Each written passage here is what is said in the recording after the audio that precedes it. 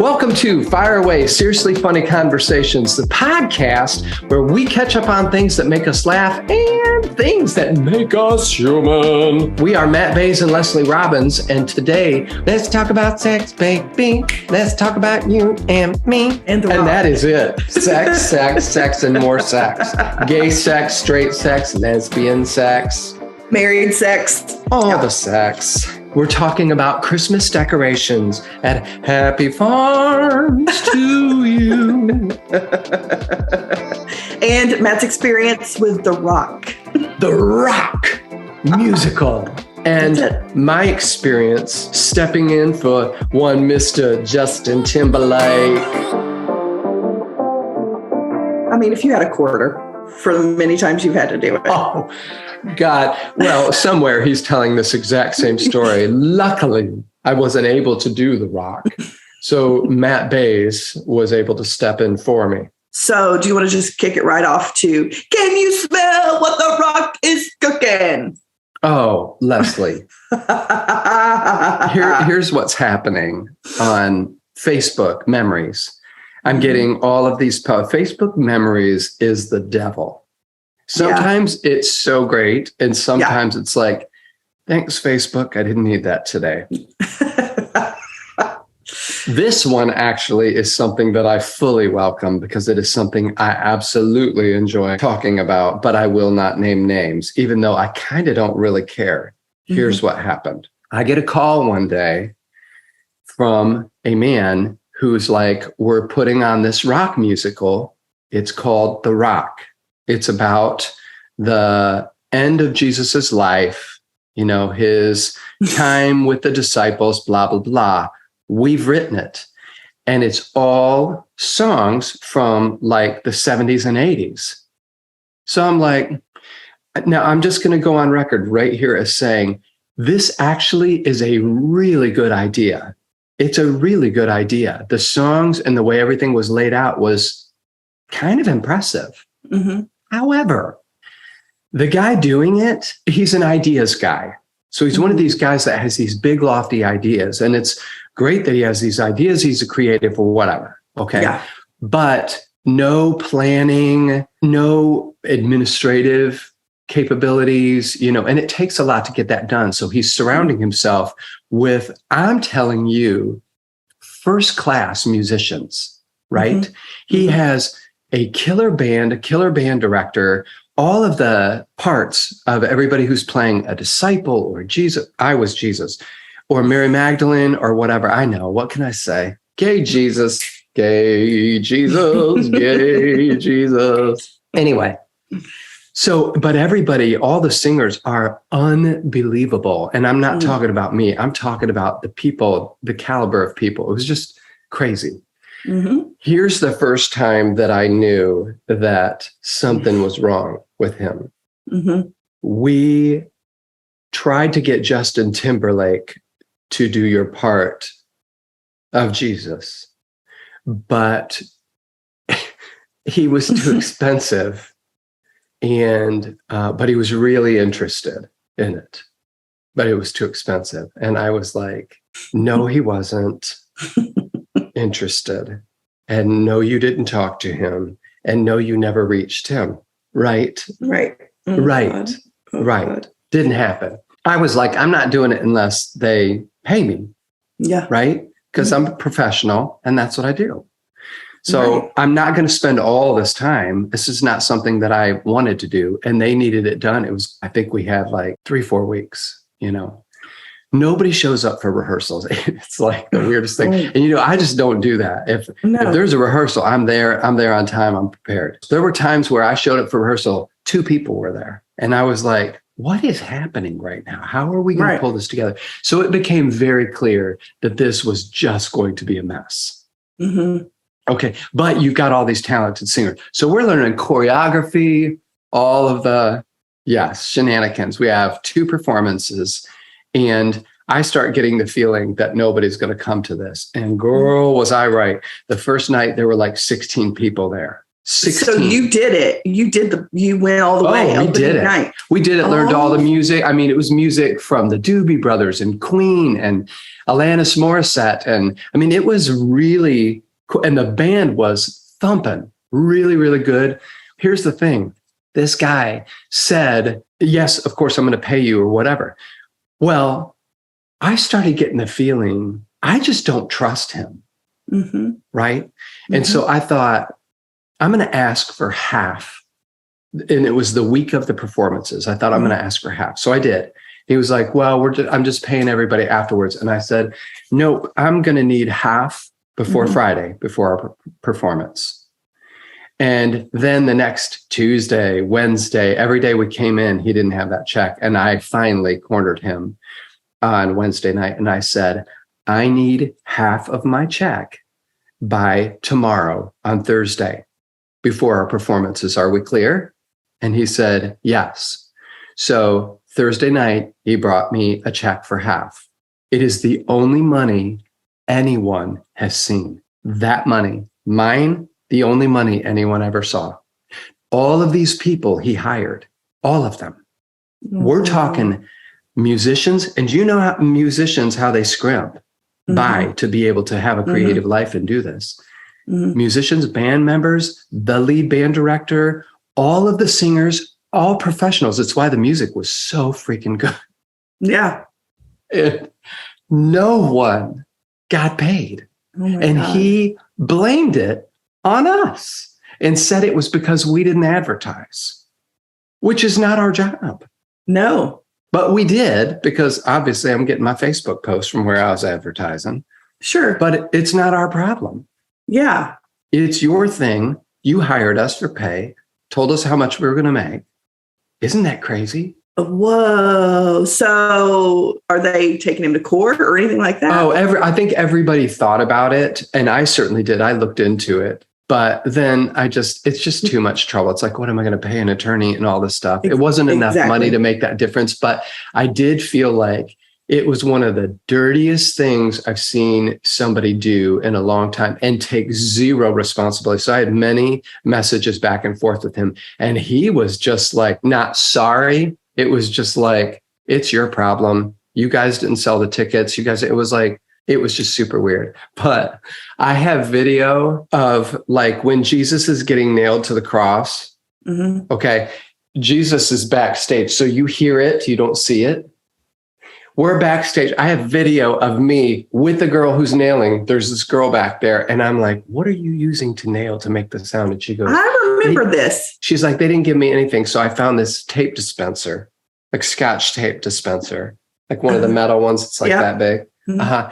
And she's literally found something and is clanging it against this thing with this tape dispenser while I'm going, why have you forsaken me?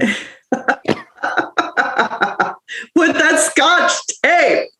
Oh my God, the Scotch tape. But the Scotch tape was like a metaphor for the whole thing. My gosh. Yeah. I don't know. It was just a mess. Just name names. I mean, he had hired dancers, like all of it, and paid nobody. So lesson learned, do not do anything without being paid up front. Well, most of the time you don't get paid up front. You get paid afterwards. And around Indianapolis, it's such a like, everybody knows everybody in the music, that you don't have to worry about that. But this guy's name, I'm like, if anybody ever called or asked, I would have to say, he's dirty. He will not pay you. He will work your ass off, blame it on you, and not pay you the money that he's promised to you. It was super weird. But I don't know why I got that inkling that like he started talking about ticket sales. And I was like, I'm getting half my money, or I'm going to tell him, which I didn't have to. I had to push him, but I was going to say, I am not going on Friday without my money. Do you think that just came out of his bank account? Probably. Yeah. It would have. But I'll tell you what, I was much cheaper than Justin Timberlake's $15,000. Okay, that sucks. And I hate that. It was when called I wrote The Rock. The Rock on my paper, I thought we were talking about the movie star, The Rock. And that is why I went into full WWE wrestling yesterday. I was like, The Rock? Can you smell what The Rock is cooking? I was quoting him. But that video has to go on our Instagram live I would love of it. her Send it to playing me. in the tape dispenser. So funny. Yes. Okay. Yeah. Mm, mm, mm. Then he came to my church. He kept coming to my church, and I would see him. I wouldn't show my face. I know, Leslie. I would be horrified. I know. But you know how narcissistic people can be, where they're like, they cannot see themselves. So he's like, I did nothing wrong. This was all on you guys. I'm not paying you. And then just walks in there like, I'm here for church. Are you a morning person? Yeah. Yeah. I mean, listen, I don't jump up and like, rise and shine. It's a beautiful day. But like, I prefer doing things in the morning as opposed to in the afternoon. You do. If I've worked a full day and been around a ton of people, I'm going to be like, yeah. But in the morning, I haven't seen anybody. So I'm good. Yeah. You seem like a morning person to me. Yeah. Like some people would just never do this in the morning. Oh, really? No, God. Are no. you a morning person? You seem like an all-day person, so it doesn't I'm matter. a morning person for sure. Yeah. And so is Chris. We both wake up like this. Like just kind of buzzing. I mean, it's total sleep face, but still like dancing around. And, Yeah. I don't know that I dance around, but I wouldn't do that but you go to freaking Starbucks and come back home like that. Well, this is my reward for doing this. Oh, okay. Starbucks. Oh, I keep adding fall decor like Jimmy Fallon does. For Christmas, he does it. So every show in December, he adds like Christmas decorations. Something new. Yeah. Well, your pumpkins, those pumpkins were there yesterday. I know. I didn't add any. Oh, poop. I'll have a scarecrow right here. Yes. Definitely a scarecrow. I get to decorate Sunny Farms. Sorry, I'm going to do this again. Okay. Wait. I want to hear what you got to say. When I spray these nasal steroids, they loosen everything up there. Go ahead. Is it just like Afrin? No, it's a Flonase, just over the counter. Yeah. Flonase, it's a nasal steroid. But I found out the other day that with allergies, I was looking up what's the best cure for your eyes because my main problem is itchy eyes. Mm-hmm. And Flonase, I don't know how it works, but they're like Flonase up your nose, a nasal steroid, somehow affects your eyes. So it must be all mapping together up there. Yeah. Flonase is not a sponsor, you guys, but we're working on it. Well, we need a song for Flonase. Do we need a song? It's too early. Flonase, make your nose flow with Flonase all day. There's Flonase. There. Flonase, make your nose flow. I like that. I like it. It's on your next record. Yeah.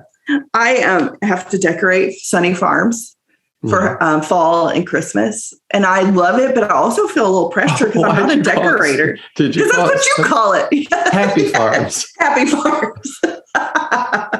Yes. All of a sudden I thought, I was close on the name. Happy Farm. So you have to decorate Happy Farms for fall and for Christmas? Or just for Christmas? And like, I love that, but I don't want to be in charge. I've never been in charge of the decorations. Yeah. Yeah. So I feel appoint somebody. Who? Margie. Isn't there a Margie there? No, there's lots of Marys and Mary Lou's. Mary Lou. They're in their 90s. They don't want to do it. You need somebody who is kind of controlling because they'll get it done. Yeah. Sparklers, if you're out there, it would be a volunteer project for you. So do you have a crew that's going to help you or how are you going to get this done? I don't have nobody. I have myself. That is it. I'm thinking like just the entire farm. I'm thinking I'm just... Yes. No, I'm just going to do certain spots. I'm not going to do the whole place. You need to recruit Beth for that. Okay. Beth isn't really a sparkler. I don't think she really listens. Maybe if we trash talk her every time and we just tell people to go follow her and like go follow Beth. Is I have friends that you can tell don't listen. And I don't care if friends don't listen. I don't care. I think Chris listens about half the time, probably to be nice. It's just not the kind of podcast you would listen to. It's usually our fringe friends that listen, the people that we don't see a lot, right. But they'll listen, like our friends that are close to us. They're like, we heard your stories. Oh yeah, we've heard all these stories. Or you're my mom who listens probably the first. I mean, she lives in Nebraska. And so our podcast comes out at midnight, but in Nebraska, it's at 11. So she wakes up and listens. Oh, she does? Yeah, Johnny on the spot. She's right on it. Yes. Look at that. Yeah. Good for her. Thank you, Tammy. You're the best sparkler in the whole damn world. I'm here to tell you consistently, I will wake up at 4:00 in the morning on Friday. Our podcast drops at midnight. There are 23 people who have listened in the middle of the night. Whoever you are, wow. You are true. And thank you. And you are the true sparklers. Raise your hand. Our gift to you is send us your address and we'll send you a bottle of melatonin. Or Flonase. Or Flonase. But these people obviously need sleep more than they need allergy protection. I had an idea. What are your chapters of your book? Let's start with that. The gay book? Episode 2. Yeah. Listen. Is there like a chapter that we can talk about? Well, there is the chapter, Stop Doing Porn. Mom, stop. we could start there potentially. Then here's another one specifically designed for your mom. That's called Get Off Grindr. We've talked about online dating though, and it is stupid. Here's one for your dad. It's called Dick Pics. We've talked about all of this. Dang it. I thought I really hit something. How about we're in an open relationship? Okay. It's a thing. It is. I know. Yeah. I don't think I would do it, but I think there's some benefits. Sure. I don't think I would do it, but twist my arm. Just depends on if it's Justin Timberlake. Yes. When Justin calls for me to join their marriage, I might do it. I'm just going to try this out. That's all. No, that's extreme. But I was talking to my friend Danielle about this. Like, there are people who they get bed divorced where they sleep in different beds. They have different bedrooms. Yeah. Okay. And I say, if that works for you, do not think that if you're not following the 1960 rules for marriage, then you have a bad marriage. That's not true. That's not real.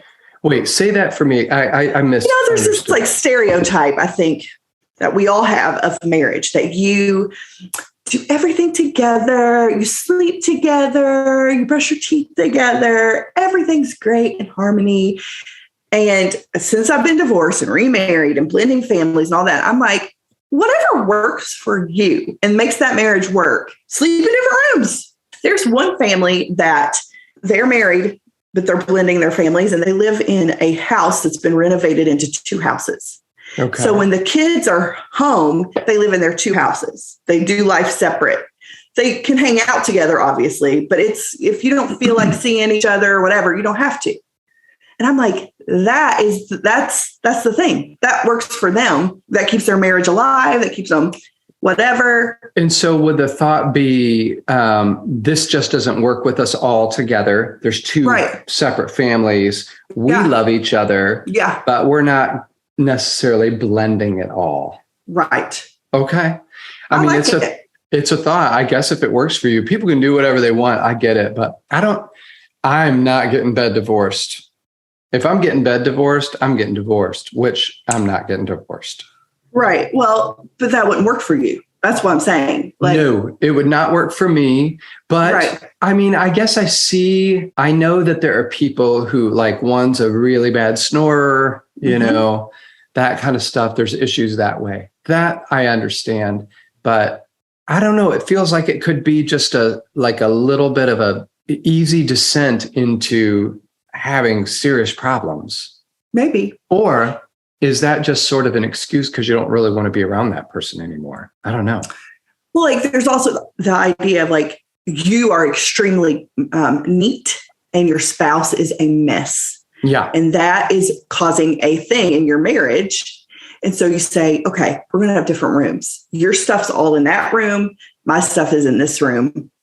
Your stuff is all in your hog pile. And Exactly. mine is over here. That's what I mean. That might work. Like, I think my point is not that you should go and get a new girlfriend or whatever, or boyfriend. Yeah. But my point is, if you need to take your stuff and sleep in another room 3 or 4 nights a week, and then maybe sleep together 2 or 3, whatever, that's okay. For those times when you celebrate the moments of your life. And honestly, I mean, it might feel like you're dating again. Yeah. Early, the dopamine and all the things all going that. crazy. Right. Yeah. There's something, that you lose the kind of, I can't speak for the gay community. I can only speak for my heterosexual experience. So like, if there's something about waking up and hearing somebody snore all night, and that's me, I snore, or, the morning breath and you sweat and you're just, there's something, you lose that sexiness. Oh no, I think it was all there. The snoring, the breath, the sweating. Yeah, it's just, no. But if you freshen up, I go in a different room, I don't have to deal with that.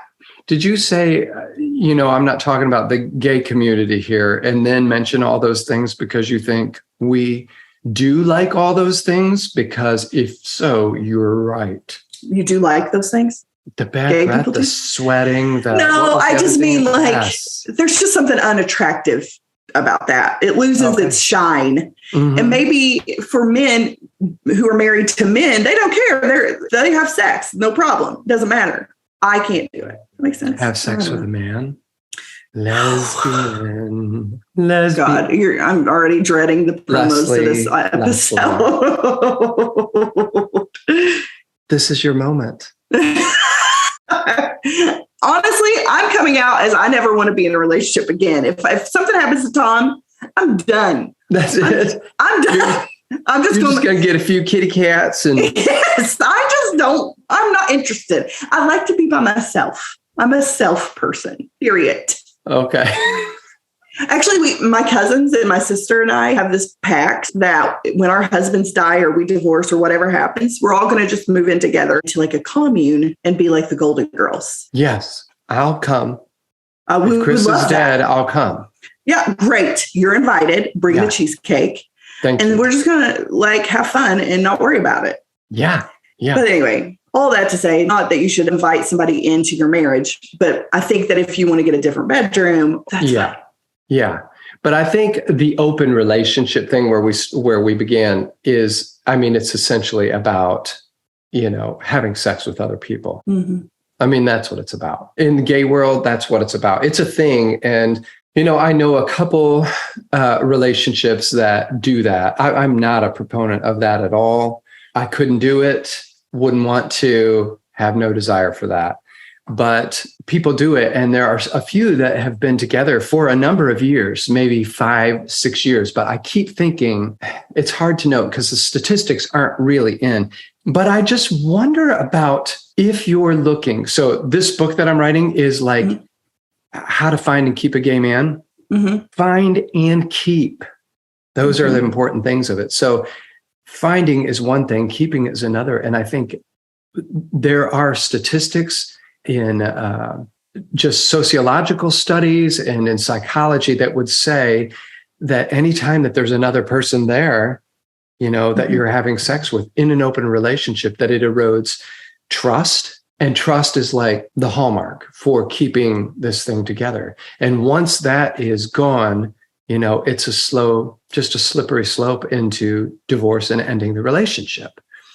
So when I think of people who are like, well, yes, I want to find and keep a relationship, but I also want to be with somebody who wants an open relationship. Even if they say they want an open relationship, you have to know that the risk factor goes up for you losing that person in the end. And I'm just kind of surprised by that if you just want, and this is what I don't like about it, if you just want to have sex with other people, just be honest about it. Just say it. But don't pretend that this is about gay woke. Yeah. Like we're just gay woke. That's why, no, you're not.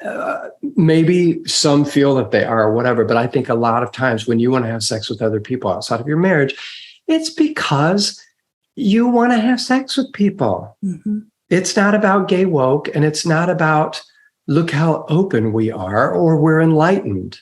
Right. It's animal. Yeah. But the commitment of marriage and a long relationship is that you stay together and that you share only that together if you actually want to find and keep. I just think sex with other people is, listen, you're not heading for good things. Yeah. I'd go crazy knowing my husband was having sex with another person and me giving it my stamp of approval. Yeah. I think there's one side of it that is only sex driven. Like, I just want to have sex with more people, which is kind of a you problem, in my opinion. It's not really like your partner problem. That you got some issues that you need to work out. If that's the only reason, like you're, twice a week or 3 times or even every day is not enough with one person, like you have to have more. Like, to me, you might have an issue that you need to work out with yourself. Yeah. No judgment, because we all have issues. But I think for women, it could be about, I'm not having intimacy. Like, you can have sex all day long and it's just slam, bam, thank you, ma'am. And then you go about your life and there's no quality to it at all. Or there's connection. No relation. Yeah. And so I think a lot of times that's what they're looking for, is somebody to love them or feel like they love them. Yeah. So therapy. Yeah. It all comes down to a you issue. Yeah.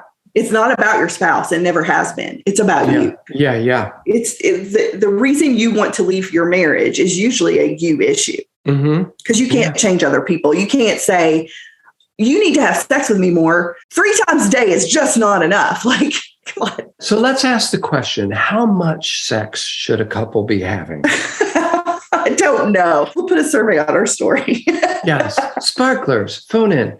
How much sex should you be having in your relationship, your marriage or your committed relationship? How much sex? Is it quality? Is it quantity? Is it both? Right. I mean, as women, we definitely have high standards for, like, you need to start in the morning and you need to bring me flowers and you need like a lot of pomp and circumstance to get into it. Yeah. The people that have the most sex are 2 gay men, then a man and a woman, and then last on the list is 2 women. Yeah. And Glennon Doyle talks about this in her podcast. About how there's just a lot to referee with the emotions between 2 women, of everybody settling and being ready and being there. I thought it was kind of brave to sort of put that out there and talk about it. Because with guys, it's like, you and, okay, you too? Oh, yeah. Okay, it's fine. I can see that. I want to. I mean, not really, but you do. Oh, it's fine. Yeah. Figure it out. Yeah, right. There's not a lot of, I don't want to. There's this, I'm going to say her name wrong. I think her name is Esther Perel. And she's like a psychologist who her feature thing is about infidelity. She's done it for like 40 years. And she was on the Dax Shepard podcast. I think she's been on it twice. You love that podcast. I love it. You won't listen to it, but I've listened to half of one episode. Okay. Not very good, but I'm getting there. It's a good episode if you've ever been cheated on or you've cheated on before, because she really goes into detail about it. She says for 2 couples, like, sometimes it saves the marriage or saves the relationship. And he was like, what do you mean? And he was like, she said, some people who have cancer, they don't wish that they ever had cancer. They wish that never happened to them, but they survived it and it changed them. Okay. They're stronger. They understand themselves. So like a wake-up call for life. Yeah, it was like And then the other part she said was, a lot of times we flee the marriage because we've lost ourselves somehow. So we go out and we, try to be who we used to be, or, whatever we're looking for, at what cost. I know, but I love that idea. And I love what she's saying there. I just wish, and I can understand why, but there's something about being in a relationship. And I think if people are listening right now, they'll understand this, that you just have been with that person so long, and maybe that you've created these expectations around who you are or who you are in the relationship, that you just can't seem to step into that new space of here's what I want. But I think where people are thinking, if I can't cross into that new space of like redefining who I am or changing, so I think in a sexual relationship, I think there are people that, last decade, I didn't really want to do any of that stuff, like anything creative or, you know what I mean? Or get a harness or but in this new decade, I want to explore. I want to try new things. But with this person that I've established this certain particular kind of relationship with, I don't feel the freedom to do that. And that is where you have to get brave. You have to talk about those things. And if it requires counseling to get there, a third party, then do it and see, because they may be thinking that too. You know what I mean? Totally. It's hard because, especially if you get married young, but it doesn't matter when you get married, you're always changing and evolving. And so the person that you married is going to be a different person in 10 years. Their thoughts, their theologies about things, their ideas, their dreams. We're whole new people. And if you're not doing it together, if you're not growing together, not that you'll have to match ideas, but if you're not doing it together. Or if you're not open to allowing somebody to have their own reality, like a Republican and a Democrat who are married and are open and have respect for each other's, opinions. Yeah. Like that to me is growth. That's maturity, that you can do that. And we talked about that last time, the genius of the and or the tyranny of the or, that both of these things can exist and I'm not going to lose my mind. So as we change in marriages, we have to be brave and assert what it is that we need and the things that we want and say them so that you don't feel like you have to go into hiding in secret and then go out and find it someplace else. Totally. 100%. Yeah. I always marvel at the people who are willing to say the thing. Yeah. Like, good for you. Right. And then I think of those people who just won't say it. Like, just fucking say it. Just say, I'm not the same person sexually that I used to be. Or I don't hold the same belief system about God that I used to. So I'm not asking for your permission here, but you need to know that you stifling this in me and not allowing me to be this person is going to have really bad results. Like, I admire when somebody can say it before it happens. Do you know what I mean? Like, somebody's going to have an affair. Like, tell them, you not having sex with me ever. I've thought of that so many times with guys who've told me I haven't had sex with my wife in a year. And it's not because of anything health-wise. It's just because we've grown apart and they're like, I feel like I'm going to cheat. I'm like, say that exact thing that you just said to me. Say that to them. We haven't had sex in a year and I feel like I'm going to cheat. Just fucking say it. Yeah. So they know. Yeah. And can be like, oh shit, are you serious? Or how could you even think about that? It's like, because I'm a man and there's a fair amount of piggery in there, I want to have sex. Yeah, totally. Right? Well, at least I'm telling you beforehand. I've heard of people saying like, I can be like, we're best friends. Okay. That's awesome that you married your best friend. But what makes the relationship like different is that you have sex. Like that's what makes it different. And so if you're not, then there's no difference in any of your friendships really out there, because that's what makes you a relationship. Right. It's that intimacy of sex. And so you look at somebody and go, right now we're just like roommates or we're friends. Like there's nothing that puts us together in an intimate way that I don't do with other people. I want to do it with you. And so address it. If that's what is going on, then address it. Be honest about it of, I don't like this and I want something else. Can we change it up? Yeah. And if we don't know how, we go to a therapist and say, we want to reestablish a connection sexually or in our intimacy. Don't even know how. Because it's like you're strangers. You're strangers again. Yeah. Did you ever see that movie? I think it might be called Hope Springs. Meryl Streep and Tommy Lee. Hope Springs. That's what it's called. And their therapist is Steve Carell from The Office. Okay. Yeah. You should watch that movie because it is a relationship that they both want, but they are older and they've lost that loving feeling. And it is the most real, awkward, uncomfortable, like the moments in therapy where you're like you just feel the tension. And it feels like legitimately what it would be like where you're like, I can't do anything with him. Like I can't, I don't know what to do. Like it feels like they just don't know what to do. And I love it. I love that movie. Yeah. And then when they try to get things going, it's not like movie at all. They're like trying to make out on the table and somebody's got a fork in their back. And you know what I mean? It's like they're trying things to no avail, which seems where they're just like, this is stupid. I feel like an idiot. And it's like, I love that because it puts you in that place of not being the person that knows and being vulnerable. Like, I just feel old and ugly. I don't feel sexy. He doesn't want this. Look at my body. I've had 4 kids, you know, or whatever. That kind of vulnerability is the sexiest thing in the whole wide world. Yeah. You know what I mean? I do. To me, it is. Yeah. It's like, and I think to any real person it is. Anyway, people should watch that movie. It's uncomfortable in spots, but it's Meryl Streep and Tommy Lee Jones. It's beautifully done. Oh, good. Uncomfortable as hell. But it would have made me, if I were watching that movie with my spouse and that was a representative of our relationship, oh my God, I'd be like, I don't like this movie. Do you? No, me neither. Let's watch the game. You know what I mean?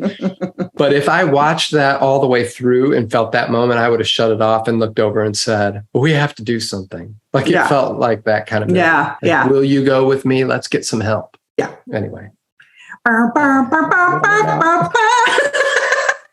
You know what I'm going to do? I'm going to like pause anytime that you said like, it's hard. I'm just going to freeze the screen and like do a big, like a, like anytime we've said anything that even remotely sounds sexual, I'm going to freeze it and take a second to like confetti pour down the screen. You know, when you don't know what to talk about, just start talking about sex. That's always great. Well, I love talking about this stuff, and we haven't done a whole lot of this. We've kept it more on the serious side and talked about dead bodies, but we're talking about dead bodies of another kind. So I'm excited about our next episode because we are going to have my friend and the amazing writer, Laura Parrott Perry, who has a new memoir coming out called Homeward that is actually available on Amazon for pre-order. The ebook is, not the paperback. And the subtitle is How One Woman Embraced Being Lost to Find Her Way Home. You've already been reading on it. I'm on chapter 9, and it's really, really good. I've cried numerous times, but it's in a good way, in a growing way. She is one of the most hopeful writers, but my God, can she paint a picture in a way that puts you right inside that story. Yeah, I barely know her, and I feel like I was right with her the whole time, like kind of just this little fly on the wall watching the whole thing unfold. Yeah. So on our next episode, we're going to have Laura in with us. She'll be our first actual guest on this podcast, and I'm excited about that. I know. Yeah. So we're going to have a serious moment or maybe a fun moment.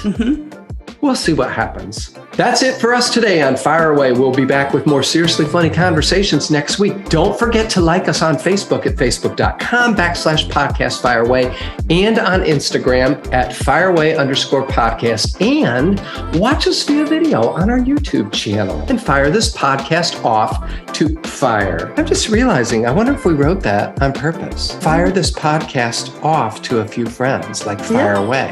I must have. I'm just realizing that right now. And fire this podcast off to a few friends. Fire away! Fire away! Fire away!